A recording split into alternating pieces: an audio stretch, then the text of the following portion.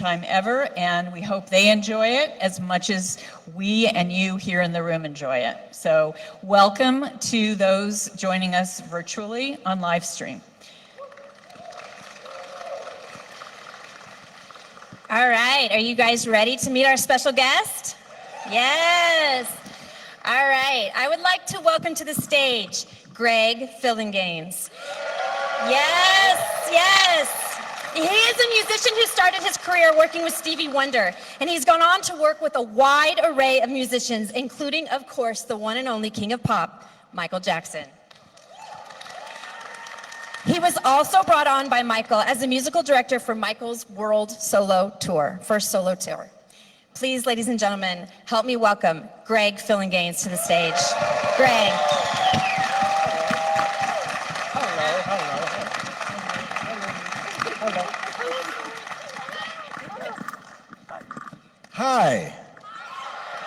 Hi.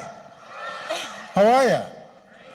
This is really kind of special for me too, because I have my wife and my sons, our twin sons here, and our in-laws as well, and I'm sitting there watching the making of Thriller with my sons. I'm like, but this is crazy right now. And so, like many of you who have kids, our kids are now obsessed with Michael. And we drove here from LA. You know that's about a 4-hour drive, right? Guess what was playing the entire drive? Yeah. If it wasn't working day and night, it was, what's another one?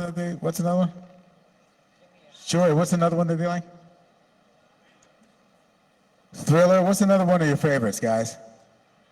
Where are they? They're right there. They're right there. Back? They're right there. Hi guys, welcome. Oh, now they're shy. Now they want to be shy. But anyway, it was all kinds. It was the entire ride. It was wonderful. So now we're all together celebrating Michael, and it's wild to have this my new company and my kids celebrating Michael with me. So it's a great thing to celebrate. Thanks for having me here. Glad you could join us, Greg. Yeah, Couldn't thank you. imagine anybody better to be here to help us celebrate both Michael and the Thriller album. So glad you could join us. Thank you. It's my pleasure. I'm going to let Lisa kick it off. Now, just so everybody knows, these questions that Lisa has are from all of you. They were written down when you guys came in, and we managed to pull a bunch together. And so hopefully you'll hear your question and Greg's answer.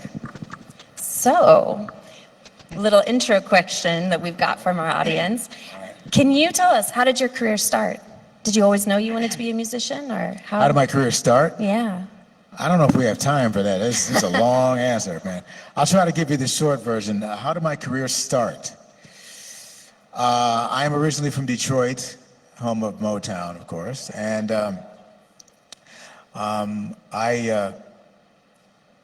as a kid, going to high school, I was involved in a couple of different bands that played around town, and I became really popular. And then, the miracle occurred. Would you like to hear what the miracle was? Okay, so the miracle was, I tried to go to college first, and I was lousy at it. I mean, I sucked at everything. I was lousy at stuff I liked.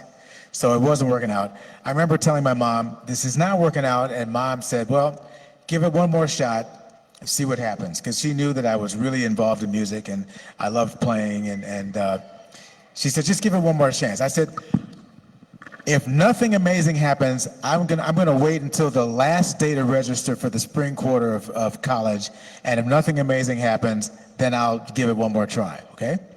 Before that happened, I was asked to audition for Stevie Wonder. Yeah.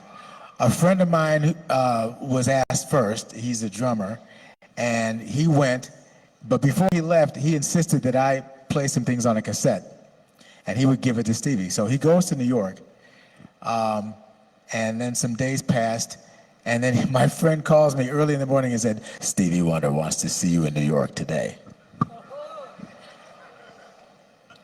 Went, okay. So I'm running around the house like,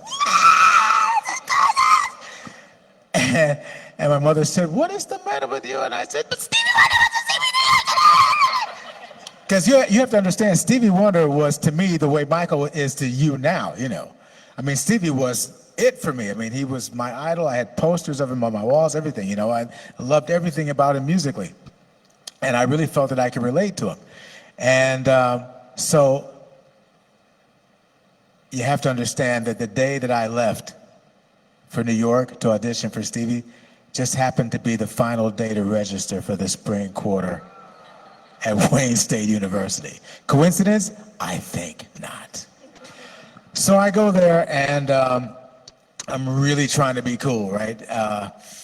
I get settled at the hotel, and then I'm taken to the studio, which was the original Hit Factory, and I'm sitting there waiting for hours. I'm just really trying to be cool. I'm trying so hard to be cool, and I'm making small talk with the engineers, and we're all waiting for Stevie to show up. Finally, elevator door opens, and you know, his sister's bringing him in, and he comes in, and so they say, "Stevie, the kid's here," you know, and so he says, "Oh, hi, how you doing?" So that single handshake changed my life, right? So what happened was, we made some small talk, and he showed me one of his unreleased songs. He tried to show me this song to see if I could, you know, keep up. And I did the best I could do, and that was that night. And then the next day was more of the formal audition, and I met the rest of the band, Wonderlove, right? And that was a cast of characters, including Michael Cimbello. I don't know if you've ever heard of him. Went on to be an artist who wrote the hit song Maniac. Denise Williams was in the band at the time, and she was very feisty. She would walk past me and pinch me on the butt. I actually remember that. And so I'm auditioning, and again, I'm really trying to be cool because it was between me and someone else. And every once in a while, you know, band members would say, "Hey, it's okay, you got it, don't worry about it." So I went through that audition during the day. Now it's evening, and I'm in the car with Stevie riding back to the studio. And all of a sudden, he turns around and says to me, "So, how does it feel to be a member of Wonderlove?"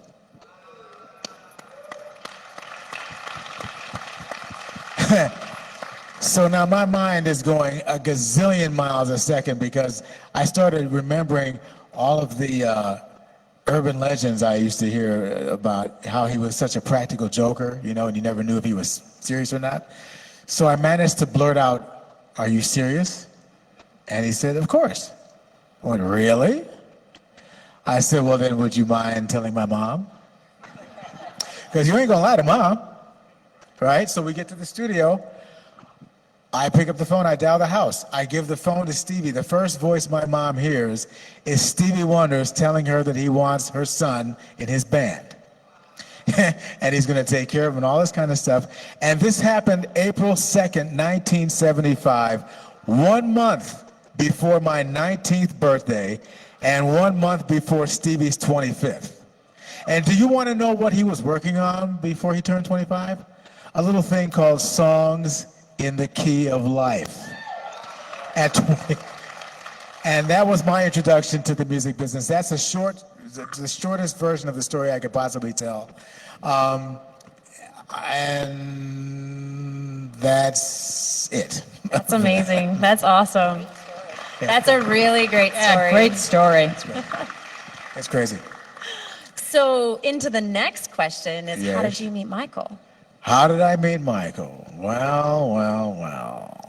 Michael who? Michael. Oh, this guy. This very good friend of mine named Bobby Colombi, and he was an executive at CBS Records. And, you know, we've been buddies for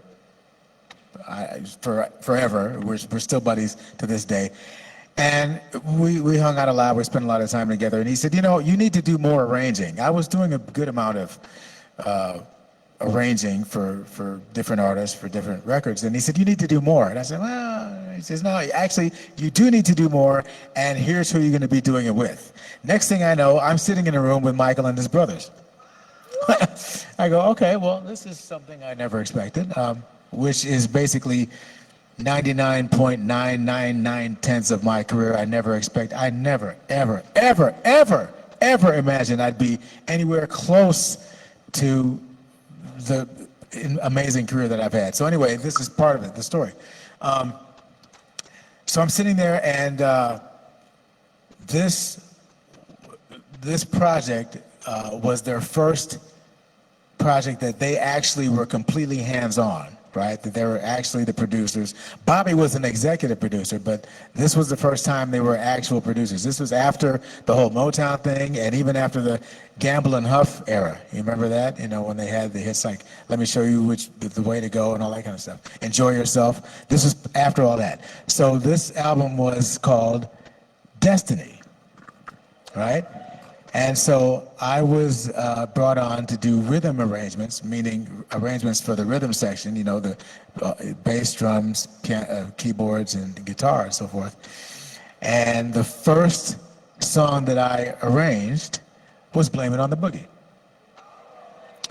You know, because they played the demo of it, and it was actually from this British band. I can't remember the name of the band, but it was a song that came out of, you know, some pop bubblegum band in Britain, Great Britain. And, you know, it's like, it was really, you know, kind of, you know,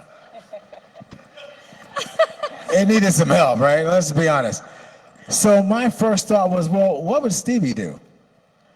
So I gave it some thought, and pretty soon I came up with dun dun dun dun dun dun dun dun dun dun dun dun dun dun. So I thought, well, this might work. So I presented it to the guys, and they're like, yeah, this is cool. So I was like, dun dun dun dun dun dun dun dun dun.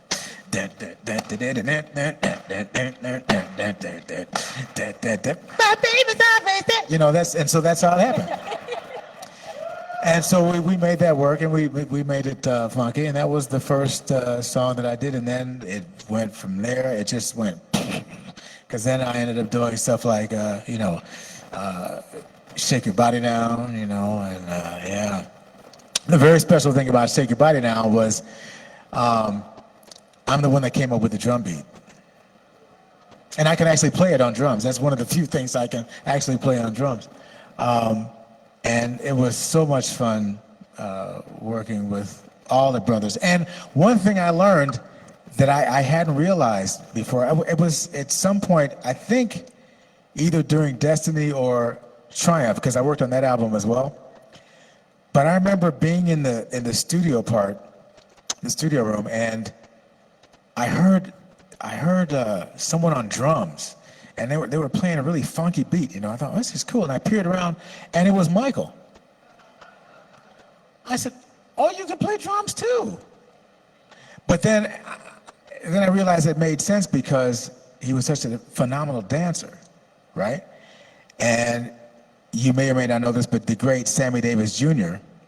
also played drums.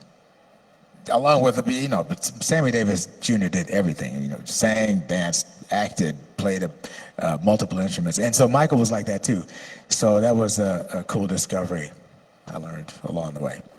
Nice, nice. Yeah. So you went on to work with Michael on a little album called Thriller. Yeah. Which was after the other little album called Off the Wall. Yeah. Anybody heard of it? Yeah. Yeah. So do you have a favorite song from Thriller? So I have a favorite song. I don't know if I have just one favorite. I do know that the title track is absolutely one of my favorites because I just have a lot of fond memories. You know, I remember the great Rod Temperton, as you know, who wrote that. And yes, please give it up for Rod, please.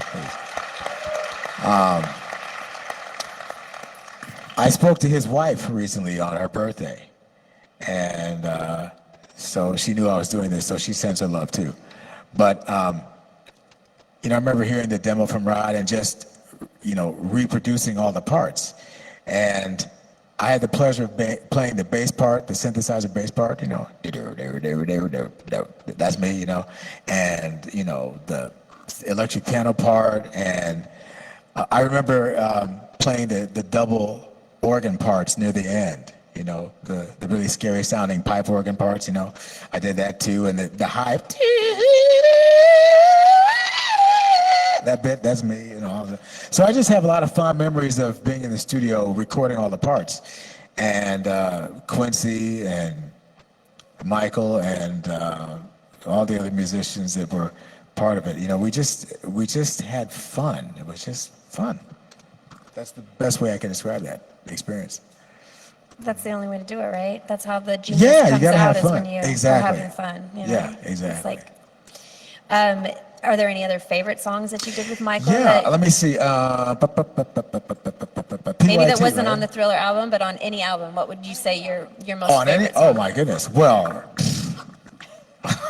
where do Remember, I we only start? have 45 minutes. Yeah, well, listen, you know, this is what you get when you get. We could be here till tomorrow. I don't, you know, because I got some extra time. How about you guys? because you know. We got a show tonight. Okay, well, there is that, yeah. I remember, well, if it could be from any album, I remember on the Bad album, Leave Me Alone. Yes. So here, I remember this. I remember I was standing up and I was playing the synthesizer part that goes, dan, dan, dan, dan, right? Dan, dan, dan. And I remember standing there doing that, and Michael was standing next to me. And we were playing the track, and I was doing, dan, dan, and he was grooving along with me. He was like, Yeah. and I'm like, dan, dan, and he's standing right next to me going, and he was cheering me along. Was he you know. doing it just like that? Probably a lot better. Probably, I'm guessing a lot better. Just wondering. I'm just trying to recreate the, you know, but anyway, yeah. Oh, but wait, I did learn something. I have learned something. I can do this. You have to have the right shoes, though, but I can do it. Okay, so there's that. Yeah, that and, oh dear. I mean, there's, you know, Working Day and Night is another one of my favorites. Don't Stop Till You Get Enough is another one of my favorites. You know. So There's- many. there's You too can't. many. You can't. Yeah. You can't. That's a hard. It's like very saying, hard who's your favorite kid? You know, it's like you Yeah, can't. you can't answer that. Yeah, you can't. Yeah. No. Okay, well, I have two questions that are kind of similar, so I'm going to combine them together. Okay. Are there any hidden gems, or can you tell us anything about the track list from Thriller 40? I think that one's actually for me. Yeah, let's give that. Let's a give Karen. that And to the you. answer is no. What? You'll have to wait. It's a We're- secret? It's a secret. We like secrets. Not to be revealed today. Okay. Well, we'll just Not have to even, wait till not the even release if I date. paid you a little bit on the side. No, Okay. not even. You if thought about it, I though, did think about it, but no. Okay, all right. No, we will be announcing stuff in the near future. In fact, for anybody, there will be a press release tomorrow, actually, to start the process of giving out information. So, Okay. but not today. All right. Okay. Copy that. All right. So I actually have a question. Oh. Yes, I was thinking about this, Greg. Okay. You know, we all know that obviously Michael was very motivated after what happened with Off the Wall and not feeling like it got the proper respect that he and the album deserved, and how that motivated him to want to push and sell the record. And I've heard the stories. I mean, I remember the conversations that I would have with him about that. But one thing I never really knew, and I'm wondering if you noticed, in the studio, when you were working on Thriller, did you see a different approach by him, or anything in terms of his process working on Thriller that was different from Off the Wall, that you think was as a result of that motivation? No, I really can't say that I have any specific memories of you know, a difference in him. You know, I can't say, well, you know, he came in and he had more of a sense of urgency, or he was more intense.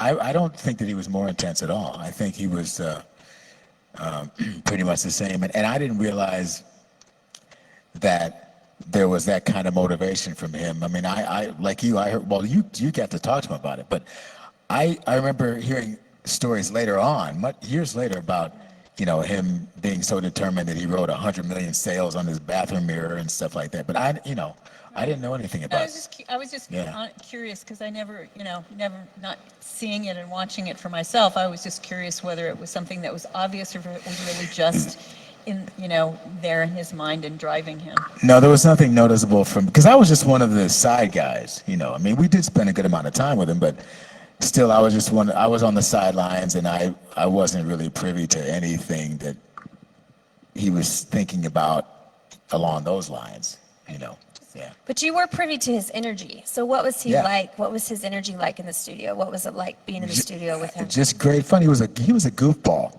Ah, we know He- that, He right, was guys? a goofball. He would sit down. He would sit real still at times, and have his glasses down like. But they'd be sunglasses, right? But he'd just be sitting there. Mike, you there? Mike. And he'd just go off into space, and other times, and he loved to laugh. He did love to laugh, and those of us that, spent, hours working with him, there was a great camaraderie. Yeah. It's great camaraderie, and we just enjoyed each other's company. It was a wonderful thing, and there is a small group of us musicians who can say that we were part of that camaraderie, and it will always be very special. That's awesome. Yeah. I have a question from Betsy that says, were you ever on the receiving end of one of Michael's practical jokes? Or did you only get to witness his practical jokes? No, I was Nothing never. sticks out? No, but That's probably good, right? yeah, Nobody you don't likes wanna, to have practical You don't want jokes to be on the played on receiving them. end of a practical joke of More his. fun to watch him do it to Yeah, somebody else. Yeah. No, I've never. No, but there's a pretty wild, wacky story that's sort of related to that, but I think I'll save that for another question. No, you have to No? tell us now. Really? Okay. Is it one of the questions? Maybe. Is it? I have. I think we should let Greg I tell should us just the do it? story Okay. now. Okay, so here's the thing. So, and I was talking to you about this. Maybe it was during Thriller. I said that I thought it was either during Thriller or during Bad, but I can't imagine this happening during Bad because Thriller, I mean, Thriller just took off and it became the huge selling album that it was. But if it happened after Thriller, it would have been impossible because he was huge by then. Bill would never have let him go No, out by himself. no. So this, I'll stick with Thriller. Okay. We're in the studio, a place called Westlake in sort of West Hollywood. And there was a technical problem. And whenever there's a technical problem in the studio, they call it downtime, which means no one can do anything and they have to until they figure out what the technical problem is. So everything shuts down and you're on downtime and you can, chill, take a break, go to a restaurant, do whatever you want until you're notified that the problem is solved. So we had this downtime issue. So Michael comes to me and says, "You want to go shopping?" Oh, this is going to be interesting. So I said, "Sure, yeah, let's do that." Now, what you have to understand is that the Beverly Center, I gave it away. Westlake Studios is on Beverly Boulevard in LA, and kitty corner to that studio across the street is a massive shopping mall called the Beverly Center. You can't miss it. You can see it from space. It's massive, right? So I'm saying, you mean across the street? He said, yeah. I'm like, oh, I can't wait to see how this is going to turn out. So he says, okay, I'll be back. So he goes and he puts on a disguise, this big afro wig and some jacked up teeth, and some sunglasses, right? He looked like Sly Stone on crack. He was like, and he came back, right, and he had the glasses and the string, and I almost didn't recognize him, right? So it's a big afro wig. So the most insane part about this is that the two of us walked out the front door and went across this, no security, no cops, no nothing. The two of us walked out of Westlake, crossed the street, and I'll never forget this. I'll always remember thinking to myself, I'm crossing La Cienega Boulevard with Michael Jackson, and nobody knows it. We're just like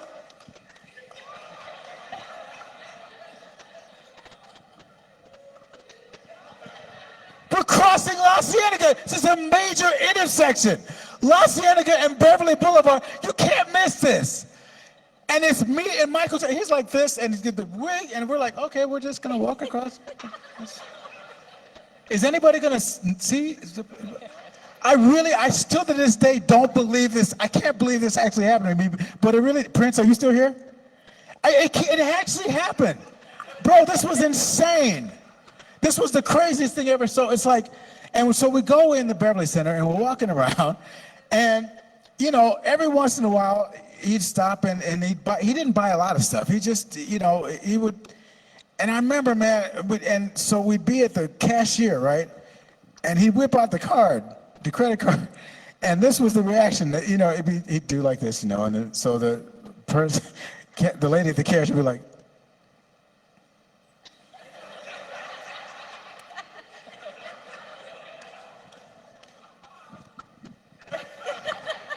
yeah, and then just kind of, you know, brush it off. So we did that once or twice, but he bought something that required gift wrapping. So now we're in the gift wrap. You know how major department stores have a gift wrapping department? So we went up, I can't remember which department store, but we ended up in their gift wrapping department. And I'm telling you, man, this I still can't believe it to this day. We're sitting there, and there was this kid that, I just have to honestly say what happened. There was this kid who had a kind of a big head. He had a funny hook-shaped head, right? It's like a hook head. And so and we're sitting there, and Michael's fixated on this kid, and he starts giggling at the kid. I'm like, what are you doing? He's like, I'm like, what are you doing? Stop. And and the more I said stop, guess what? The more he giggled. I'm like, oh, you stop that. This is not funny. He's like, so we're waiting to get the thing. And so we finally get out of there, and we're walking back down to the main level. And, you know, people started slowly coming onto us, but it was never crazy. It never got out of hand, and we didn't have to bolt out. We didn't have to run out, but we walked a little faster going out than we did going in. But I just remember we're walking out like, okay, I guess it's time to go now. We're gonna go. It's like, and we crossed back and we made it back into the studio unscathed. No, and I still can't believe it happened, but that's my story. So you haven't lived until you've gone shopping with Michael in a disguise. Okay. No, great. Anything else? Great story. I just can't believe you left without security. I don't think I would have I that. can't either. That seems like either. insanity in this day and age. Security Okay. would have given it away. That's true. Yeah. That's true. That's Yeah. true. So I have a question for all of you guys in the audience, actually. Yeah. So I think most people think they know what the most streamed Michael Jackson song is. So I want to ask you to vote. Do you think it is Thriller? Hello? Nobody? No? Okay. Do you think it's Billie Jean? Wow. Really? Because You would have guessed Thriller? I'm going with Thriller. They're right. You're wrong. No way, really? Wow. Billie Jean is the most streamed? Nice. Glad to know you guys Okay. are on top of it. Okay, all right. So Karen, we have the truest fans here. Michael's fans, no. they're legit. Of course they're going to know that. Because I want to know about the first time you heard that song. Billie Jean? Well, there's an answer for that, Karen. Yes, I just happen to have an answer for that. So here's what happened. This is another one of those, I can't believe this happened to me. I don't know why. I don't know why Quincy Jones asked me, but he asked me to join him and Rod Temperton in a meeting at Michael's house to hear demos. So I'm thinking, okay, I got nothing else to do. Sure, why not? So we meet at Michael's house, and he played several demos for us. And this is where Quincy and Rod and I got our personal private world premiere of Billie Jean, Beat It, and Starting Something. Wow. So that's the first time I heard those three songs at the house. And he played several other songs too. but it was a fantastic meeting. It was unforgettable. One of the songs, one of the other demos he played was a song called "Behind the Mask." And you know about? Oh, these fans are serious right here. Hey, Legit. if they know Billie Jean is the most streamed song, they know everything. I guess apparently. So he played "Behind the Mask," and at that time, Just so that I'm sorry. no, okay. So at that time, I was working on a solo album.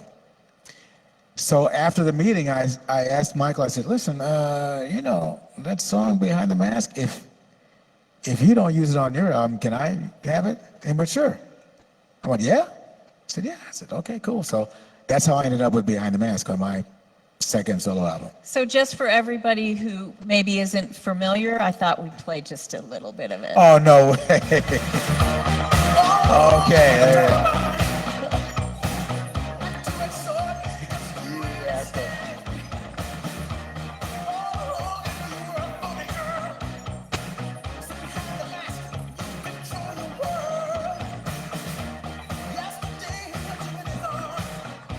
Oh, is that the thing? Oh, wow. Okay, cool.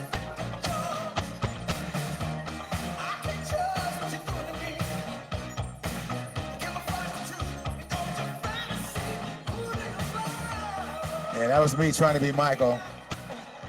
That was me trying to be Michael, yeah. Because the thing, you rascal, you. Because the thing about Behind the Mask was Michael first got a hold of that from a Japanese band called the Yellow Magic Orchestra. And originally it was an instrumental. But Michael liked the song so much that he added melody and lyrics. And that's why it's so soulful, because he put his own thing on top of that, And when I heard that, I was like, oh my goodness, this is fantastic. So this has got to be a massive hit for me. It wasn't, but But I did get a video on MTV. I did. And I did get to perform that song on TV on a couple of different, music shows, including American Bandstand. Wow. And I got interviewed by Dick Clark.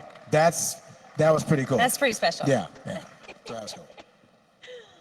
Okay, well, that was a question for Victoria too. So did that answer the question, Victoria? Wherever you are, yes. That's good.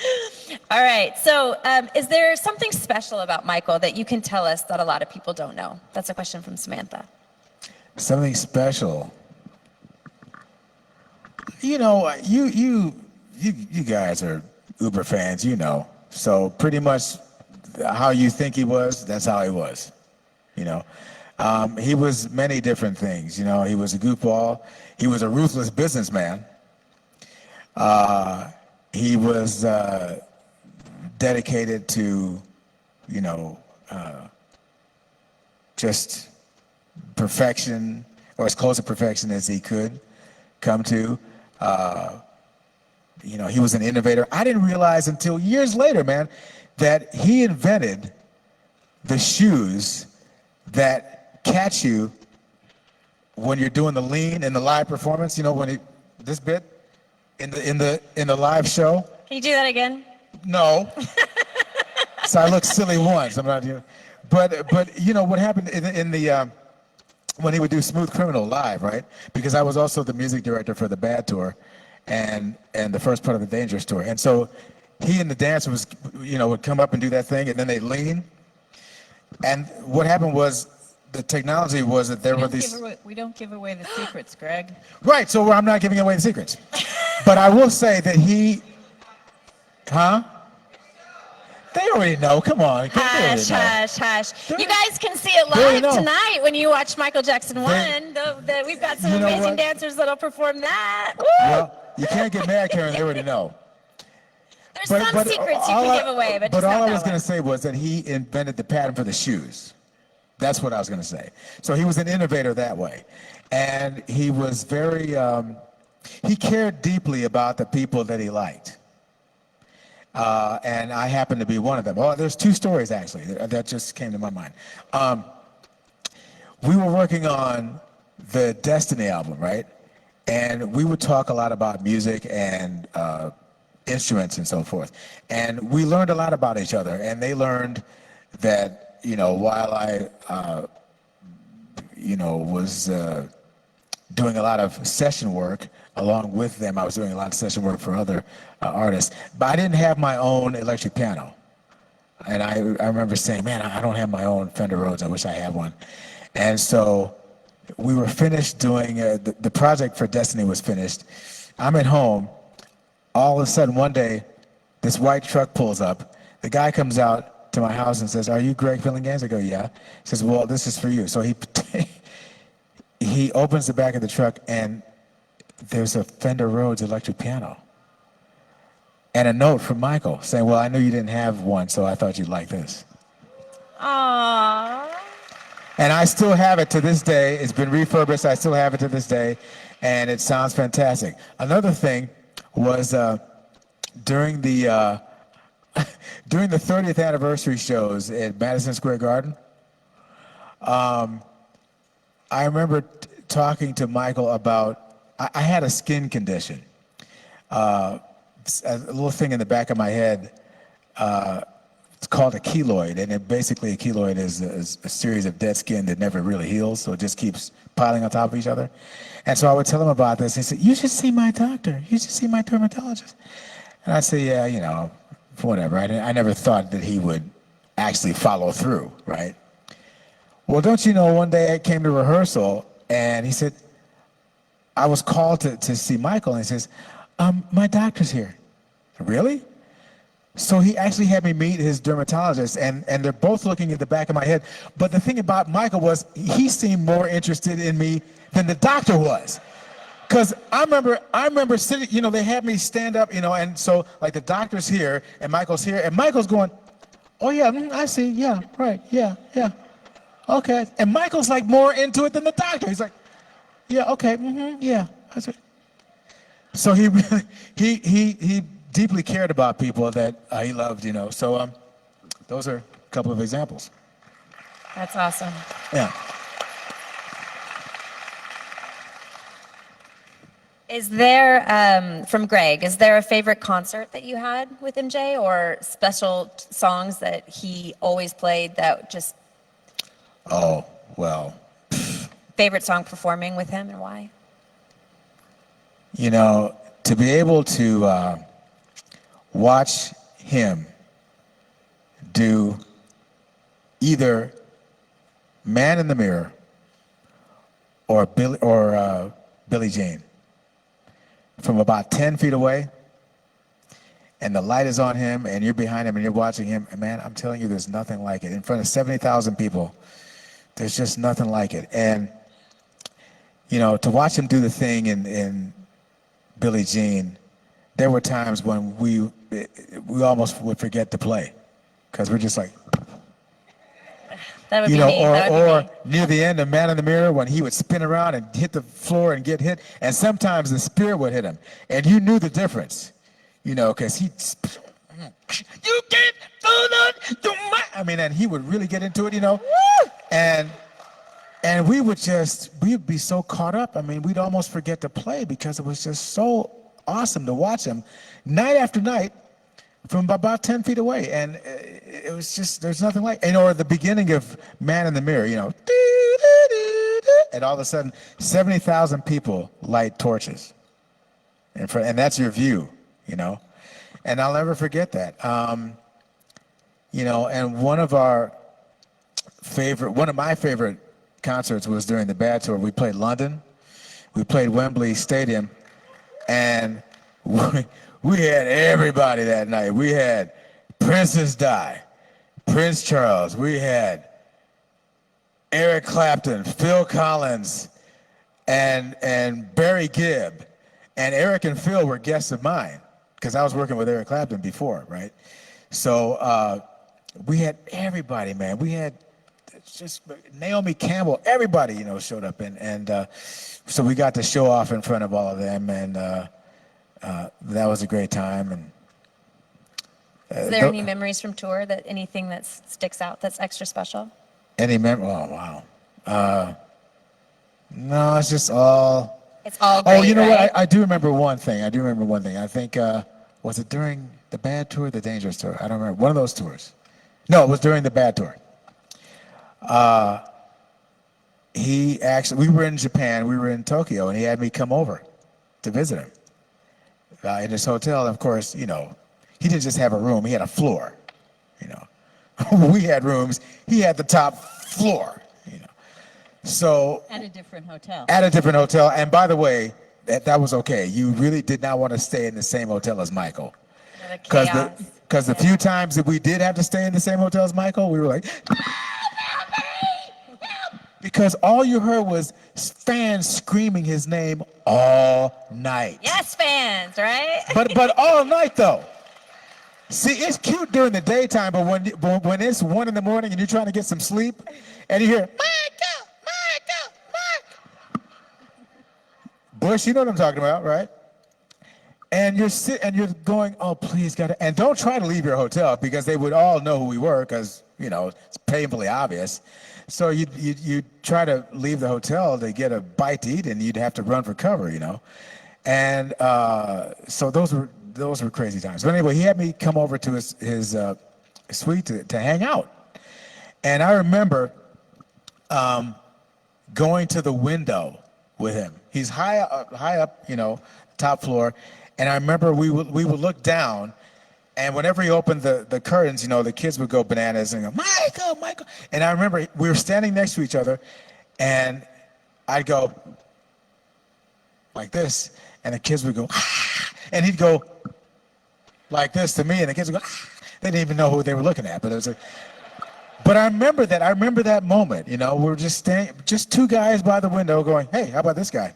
Hey, look at that guy over there. And it's just special moments like that you just never forget, So, yeah. That's awesome. Yeah. So recently, and you've seen it, we found a photo of Greg and Michael and the recording engineer Bruce Swedian all working very hard. Working very hard. Which we Yes. thought we would share. We were showing off our massage techniques. And I just wanted to get Greg's thoughts about what he thinks of when he sees this image. Like, oh my God, I miss having hair. I miss that, man. And not only do I miss Mike, I miss that guy. That guy was the incredible Bruce Swedien, our longtime engineer. Worked with Quincy Jones for a bazillion years. I mean, worked with everybody. People, Ella Fitzgerald, back in Chicago, he worked with everybody. Legendary engineer, and he's the one that made us sound so unique and special. He's the one that made sure that, our tracks had that extra, And by the way, and you probably know this too, because you're Uber fans, but for the two of you that may not know, in Smooth Criminal, in the breakdown, the guy that goes, all right, I want everybody to clear the area right now. That's him. He did that. That's Bruce.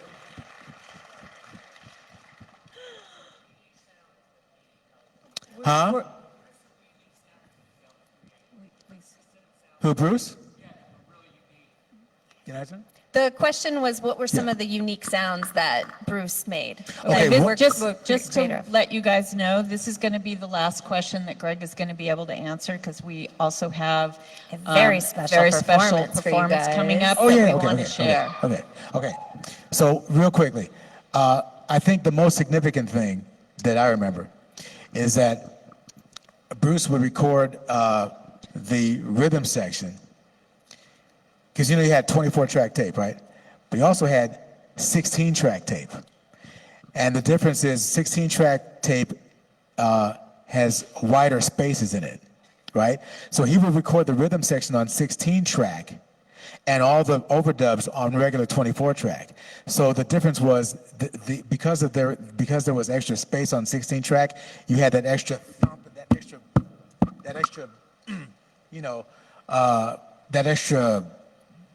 pop, that extra power in the rhythm section, especially in the drums. And so that was kind of a subliminal thing, but that's a thing that distinguished our tracks from others. He would record the rhythm section in 16-track. Yeah. That's awesome. Yeah. Well,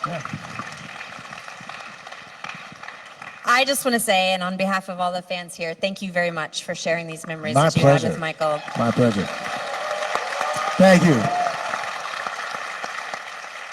We know you were a special part of his life, so thank you very much for coming out today Well, and it's my answering our pleasure. questions about all the fun stuff in your career and Michael and your time with Michael. Well, I'm just glad you all enjoyed it. It was great to see Prince again after so long. I embarrassed him earlier because I showed him pictures that he took with my wife from like 2012. And great to see Mr. Bush. Yes, the Yeah, immortal Michael. Mr. Bush. So thank you all very much. I really appreciate it. And thank you, Karen, Thank you, for Greg. bringing me out. All right, guys. I want to show you a little behind the scene video that we have for you guys. The cast and crew for Michael Jackson 1 created a very, very, very special piece. I'm not going to reveal the song just yet, but we have a little behind the scenes video that you can see to watch how they made this and the whole creation process behind this performance that you're going to see today. This is a once in a lifetime, only seen here performance that you will see from the cast and crew of Michael Jackson 1. So I've got this video for you. Are you ready? For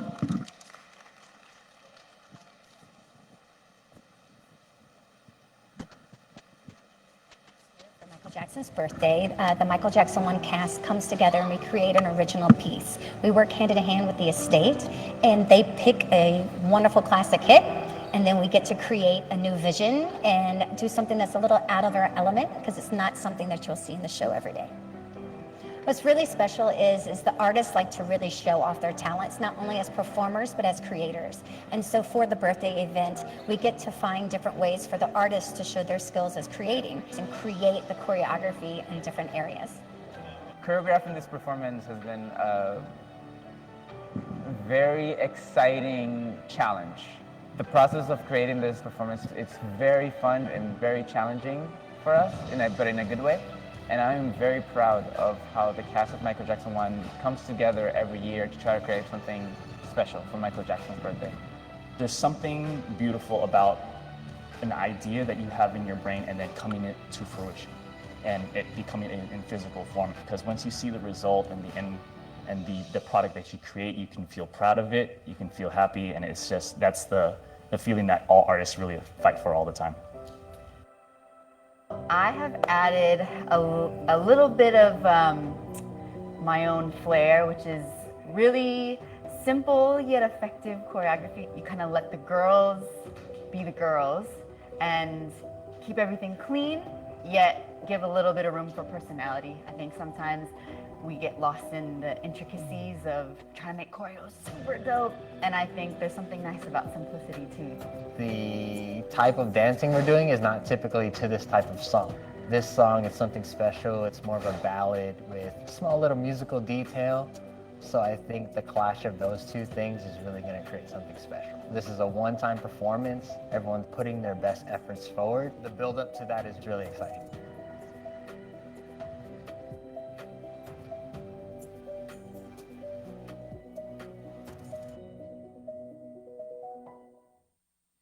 I have a really fun team that I'm working with, yeah?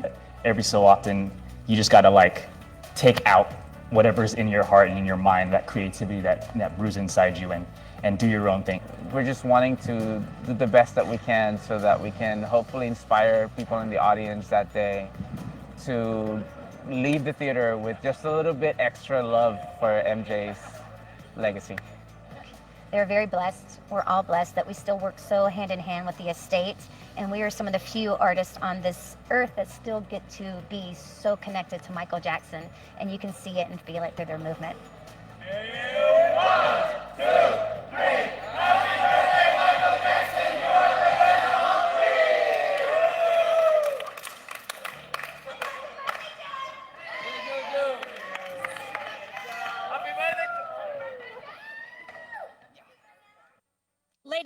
Ladies and gentlemen, please join me in welcoming to the stage the cast of Michael Jackson 1 performing The Girl Is Mine.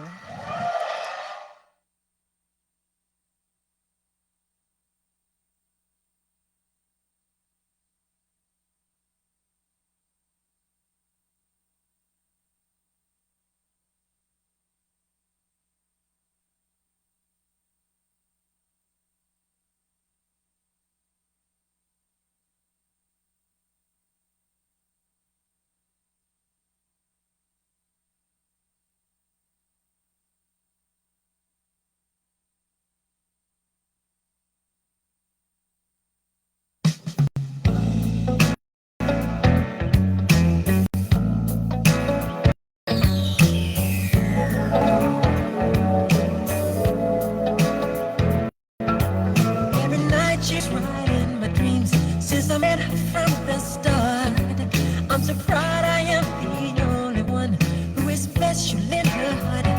Girl is mine. The doggone girl is mine. I know she's mine. The doggone girl is mine. I don't understand the way you think, saying that she's yours, not mine. Sending roses and your silly dreams, really just a waste of time, because she's mine. The doggone girl is mine. Don't waste your time, because the doggone girl is mine. I love you more than he. Take you anywhere. Well, I love you endlessly. Nothing we will share. So come and go and lead to one sound. But we both cannot remember, so it's one or the other. And one day you'll discover that she's a good girl. To be let down, 'cause I really feel it's time.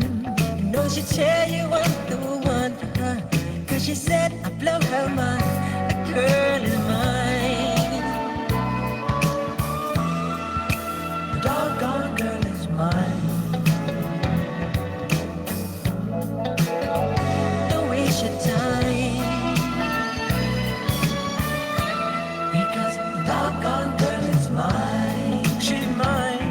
She's mine. No, no, no, she's mine. The girl is mine. The girl is mine. The girl is mine. The girl is mine. She's mine. Mine, mine. She's mine. Mine, mine. The girl is mine. Mine, mine. She's mine. Mine, mine. Don't waste your time, because the doggone girl is mine. Girl is mine. Michael, we're not gonna fight about this, okay?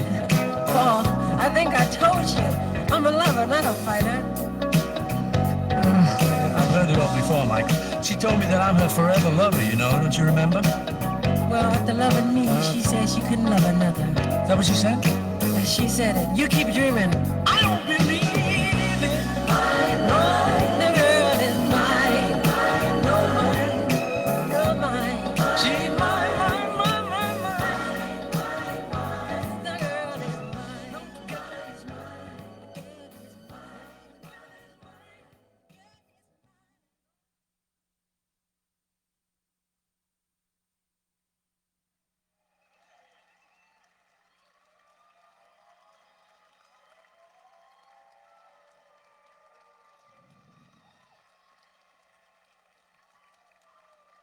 Give them some.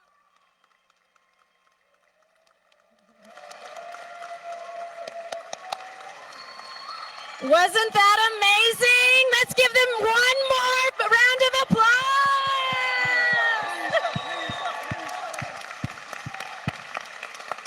That was awesome, guys. That was really amazing. Gives me chills. Gives me chills. Thank you guys so much for joining us today for this amazing birthday celebration of the King of Pop. We are so thankful that you are here to join us, and we hope that you'll join us later tonight for our performance at 7 p.m. For next up on our agenda, we are going to have to ask everyone to leave. But we do have a couple more things in store for you today. So once you exit out into the boutique, there will be the amazing Michael Bush, who will be there doing autograph copies.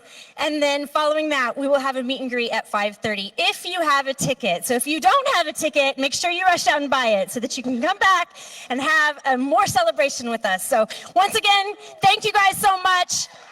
Happy birthday, Michael. You guys have a great day. Thank you so much.